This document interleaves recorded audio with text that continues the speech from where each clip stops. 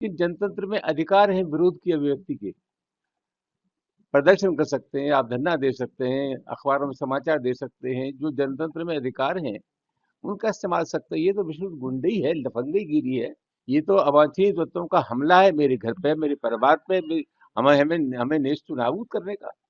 ये व्यवस्थित प्रयास है, जंगल राज है। और जिस तरह से ये हमला हुआ आप सब लोग जानते हैं, इस हमले को रोका जा सकता था। ये वही लोग हैं जो मुख्यमंत्री न रहने के बाद जिन लोगों ने अखिलेश यादव का घर की सफाई की। ये वही लोग हैं जो दलितों की बारात को नहीं चढ़ने देते। ये वही लोग हैं जो अकलियत के खिलाफ है। ये वही लोग हैं जो पीडीए के खिलाफ है। मुझे जो कुछ कहना था बहुत कुछ कह दिया। कहने के लिए भी कोई चीज शेष नहीं है। आज राज्यसभा में ये सवाल उठा था और ये परंपरा होती है कि जिस किसी सदस्य का नाम कोई उल्लेखित करता है तो उसको बोलने के लिए कहा जाता है। राज्यसभा के सभापति ने मेरा नाम पुकारा, लेकिन हाउस इतना अव्यवस्थित हो चुका था कि मैं अपनी बात नहीं कह पाया। जो हमला हुआ है आपके घर पर, किस तरह मानते हैं आप? क्या राजनीति हो रही है? किस तरह गंदी है, अच्छी है, किस तरह राजनीति हो रही है? देखिए, जनतंत्र में आप जो कुछ बात करते हैं, ये आवश्यक नहीं है कि सभी लोग आपकी बात से इत्तेफाक करते हों, सहमत हों, लेकिन जनतंत्र में अधिकार है विरोध की अभिव्यक्ति के। प्रदर्शन कर सकते हैं, आप धरना दे सकते हैं, अखबारों में समाचार दे सकते हैं, जो जनतंत्र में अधिकार हैं उनका इस्तेमाल सकते हैं। ये तो विशुद्ध गुंडई है, लफंगईगिरी है। ये तो अवांछनीय तत्वों का हमला है मेरे घर पे, मेरे परिवार पे, हमें हमें हमें नेस्त नाबूद करने का। ये व्यवस्थित प्रयास है, जंगल राज है। और जिस तरह से ये हमला हुआ आप सब लोग जानते हैं, इस हमले को रोका जा सकता था।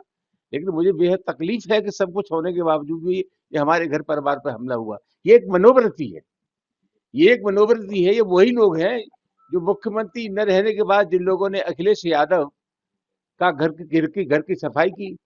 ये वही लोग हैं जो दलितों की बारात को नहीं चढ़ने देते। ये वही लोग हैं जो अकलियत के खिलाफ है।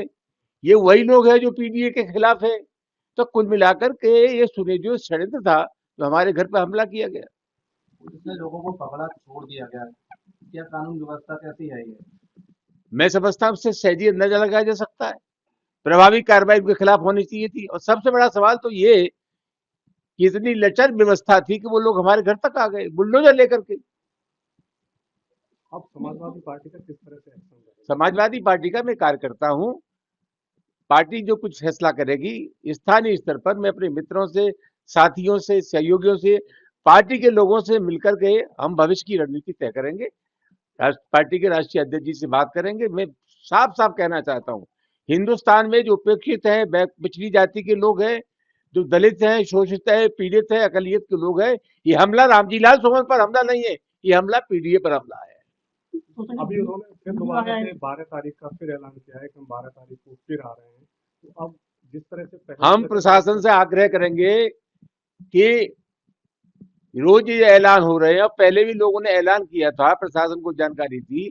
अब नए ऐलान हो रहे हैं। प्रशासन से कहेंगे कि इसका समुचित व्यवस्था करें और प्रशासन की अगर कहीं मजबूरी है तो हमें छूट दे दें, हम अपने आप निपट लेंगे।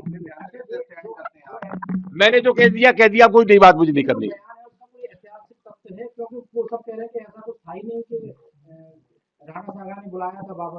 ऐसा है, तमाम दस्तावेज हैं इस सिलसिले में। बाबरनामा के अलावा एक अभी सीरियल चल रहा है, भारत की खोज, जिसे दूरदर्शन ने बनाया था, आप उसे देख लीजिए। ऐतिहासिक तथ्य है जो मैंने कहा था। प्रभातखबर.com, विश्वास वही, रफ्तार नहीं।